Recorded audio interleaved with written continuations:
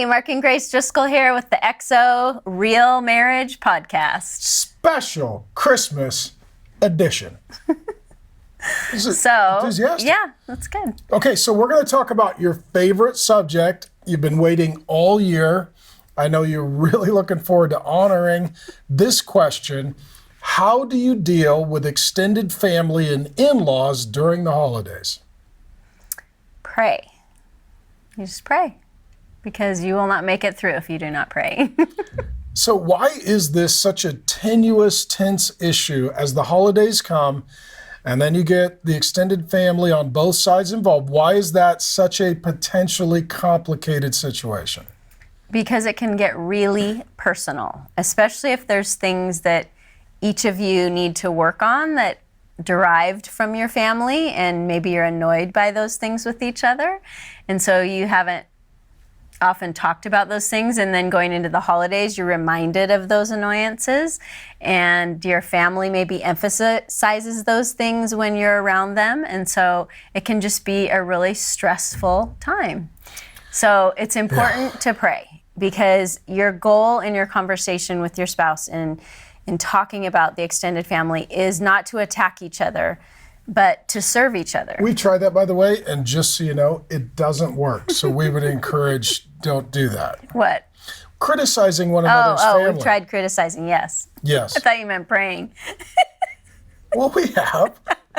I mean, we didn't start there. That was sort of the last resort, and it worked a lot better once we got there. No, don't ever say you're just like your mother or your father. Yep. That is just, don't even go there.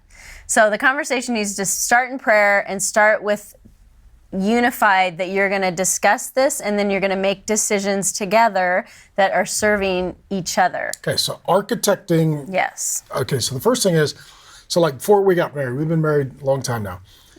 I was part of a family, you were part of a family, Yes. and then when we get married, here's what dysfunctional, messed up families think, and all families are dysfunctional and messed up.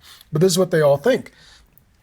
Her family would think, I'm joining their family. My family would think she's joining my family. And then when the holidays come, all the tension. Mm-hmm.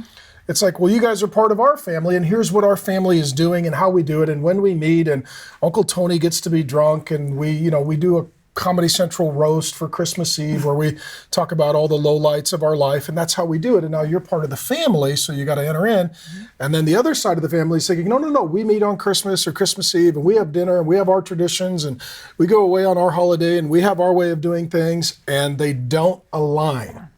The times conflict, the locations conflict, the traditions conflict, the expectations conflict, and then the tug of war is, do I do it your way, or do you do it my way? Mm-hmm. And what we did for some years, we did it both. Yes. Yeah. So we would do Christmas Eve with one side, Christmas Day on the other, but we still didn't have our time to build our traditions, because the truth is, the husband doesn't join the wife's family. The wife doesn't join the husband's family. The husband and wife leave their mother and father. Yes. Big idea. Cleave to one another. Cleave, which is to actively, aggressively pursue with enthusiasm to become one new family. So you're not joining a family, you're making a family. Mm-hmm. So then as a married couple, we got to figure out, what is our family going to do? Mm-hmm. What's our Christmas Eve? What's our Christmas? Where do we go to church? When do we go to church? When do we open gifts? Who do we invite over? Who gets to stay at our house? You know, if we have kids, who do they got to spend the holidays with? How are we going to spend our money? All of these really major decisions, because for a lot of couples, the holidays are a ton of work, ton of stress, ton of money. And if the little bit of margin that you have left gets eaten up by the extended family and not the immediate family, then the holidays can actually be a point of great tension and frustration, and it can actually break rather than build the marriage. Mm-hmm. So I have diagnosed the problem. You now can provide the solution for all of the universe. What would you say? Oh, wow. Okay. Well, I think I'll hold your hand too. I think, again, prayer, and then coming together and discussing, listening well to each side, and discussing what each of you wants for your ideal holiday. Then being willing to talk through, okay, I'm willing to do that.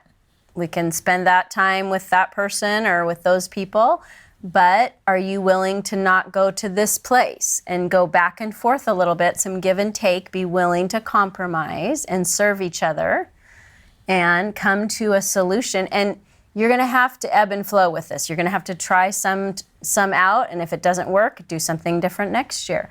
But be willing to be kind about it, and again, not attacking or criticizing each other or their ideas. And yeah, just try and make a plan that is serving each other and not just self-serving. And part of this too is if you don't have kids yet, if you don't start to separate as your own family, setting your own traditions and your own expectations, it only gets harder and worse when you have the kids. Yes. Because now they expect, those are our grandkids, and they've got all of these expectations that may even be out of love or well-intended or even good. But it's just like, well, if this whole side has expectations and this whole side has expectations, and then we want to be a family and have our own traditions. And with 5 kids. We had a huge to go family. back and forth to all the different opportunities that were in front of us. It was exhausting, and we weren't enjoying our holiday together because we were trying to fulfill all the holidays for the extended family, and we loved them, but we needed to have time for our family and our kids in our home at times. Well, and for some of you, like us, you're in ministry, so there's a whole spiritual family that has Christmas holidays and expectations. Some of you, it's events at work or parties or expectations, and all of a sudden it's like, man, the only people who didn't get time together during the holiday were the husband and wife. So that being said, boundaries. Setting boundaries, setting expectations, saying yes, saying no. And you doing that for your family, not I do it for my family, you do it for yours, I don't do it with your family. That's crucial. That's a crucial principle. So if your side of the family is going to be told, no, here's the boundaries, you have that conversation, not me. Yes. And you can't come in and say, Mark said, because that's a hostage negotiation. No, we need to be in agreement. So you got to have one mind, right? And you got to have one vision, otherwise you have division, which is 2 visions. If there's a problem with his side of the family, it's like, no, we can't do that. That's not going to work. We're not going to get on a plane. We're not going to spend another holiday with drunk Uncle Tony. Either he stays home or we stay home. You know, we're not going to do this. Yeah. Or, you know what, we're going to go away for a couple of days and we're not going to be able to go to all the family dinners or events. He has to have the conversation with his side of the family, draw that boundary and keep it, and can't blame it on the wife. Well, you know, I really love you guys and I'd love to come, but you know, Grace, she, you know, for Christmas, she decided that we were going to get you the gift of a broken heart, so she said no. And so it has to be, you mutually agree, and then you communicate to your side of the family, and then once the decision is made, stick to it. True or false, they're going to try and move that line. Oh, they will.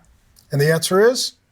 Nope. This is what we've decided for our family, and we want to build our own traditions and be able to enjoy time together, and so this is what we've decided. Okay. There you go. We've just delivered you for the holiday season. You're totally unburdened. Have fun talking to your family. Merry Christmas!